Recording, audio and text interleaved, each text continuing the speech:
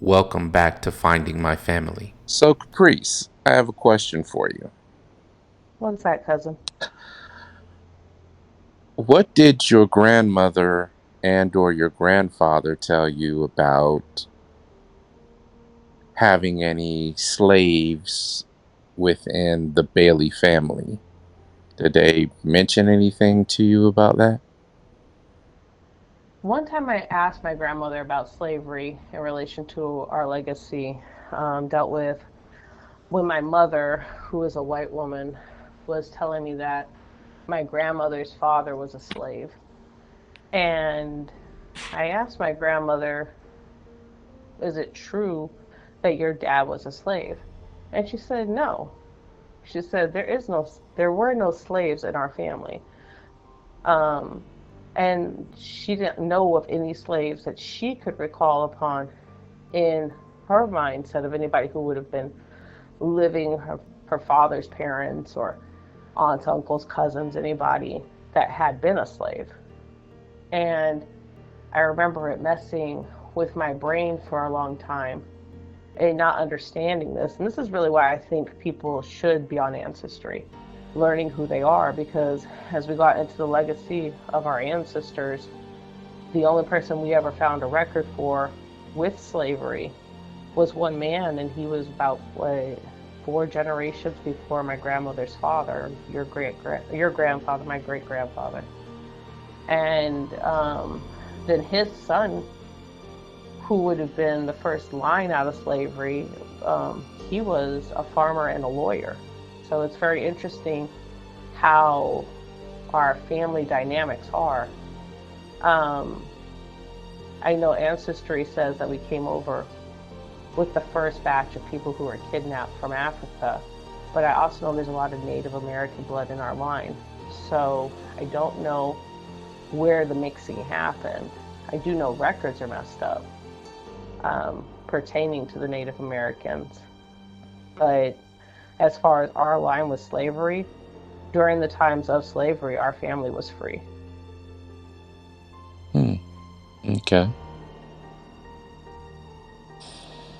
Well, I only know that what both my parents told me, and it was two separate occasions and two separate locations because by this time my parents were divorced, and I distinctly remember my mother, your grand aunt, letting me know that we had Indian in the family. And I remember going to, have my weekend with my father. And I think he showed us a picture of his mother. And she's a very, very light skinned woman. And he mentioned to me that we had Indian in the family. And he also mentioned on one occasion that the entertainer known as Cab Calloway was a distant cousin.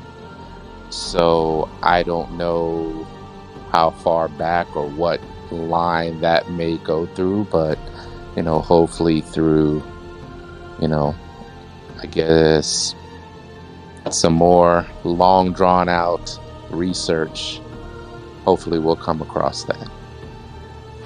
I look forward to it. I know I was in the census records the other day looking for information on a World War I soldier. I remember sending you that link where it talked about all the native records that the U.S. government has finally released, and they were only recognizing 5 tribes at the time. Mm-hmm. So there's quite a lot of information to comb through, and the Accomack Native Americans were not a part of that. But yes, I do think quite often that we're going to have to make some trips to be able to actually find information from the local libraries about the local tribes. Yeah. Forthcoming. Well, the one thing that I find interesting is that both of my parents were able to readily inform me that we had Indian in the family, but they never mentioned anyone. from Africa in the family. From Africa in the family. From Africa in the My family. grandma used to say we had that Geechee blood in us. Geechee, Geechee, Geechee, Geechee, Geechee. That's what she used to say all the time. As I got older, I learned more about our Geechee blood. And when you do something to somebody with Geechee blood to try to cause them harm, the harm comes onto you tenfold. See, that Geechee blood protects us. As long as you stay in the good, only good comes to you. But you cross over and you get what you deserve. You never cross a Geechee. Being in a Geechee's life is a blessing. We carry a certain light. But when we remove ourselves from your life, you're removed from our light. And you are left with what you are. Charles, have you ever wondered why after someone close to you has done you wrong or offended you deeply, and after you walk away, something bad happens to them? It may not happen immediately, but it happens.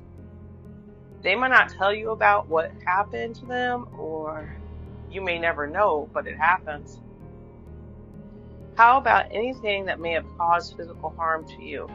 Have you ever noticed that you were protected from any real physical harm? That's the Gullah Geechee in you, passed down to our family line, all the way through its descendants. And that is what protected you and still does to this day. Oh, that Geechee blood is strong in our family, and I sense it's strong in you. I feel as though the more cousins we find and come together as a family, that strength and protection of our Geechee blood will multiply many times over. And just what is a Gullah Geechee? The Gullah Geechee culture flourished along the sea islands and coastal regions of South Carolina, Georgia, and parts of Florida. Thanks to their geographic isolation, descendants of enslaved Africans were able to preserve many cultural traditions, from their unique Creole language to their music, cuisine, and of course, folklore. But the story of the Gullah Geechee is more than isolation. It's a story of resilience. During slavery, many Africans brought to these regions hailed from West African countries like Sierra Leone and Angola, where spiritual practices and beliefs in the supernatural were integral parts of daily life. This legacy lives on today, with much of what we know about the Gullah Geechee passed down orally. Stories that preserve not only traditions, but also the very essence of who they are as a people. Wait a minute. There's only one person that shows up in my family tree from the Carolinas. North Carolina to be exact. And that would be Gilbert Smith, my great-grandfather, my mother's father.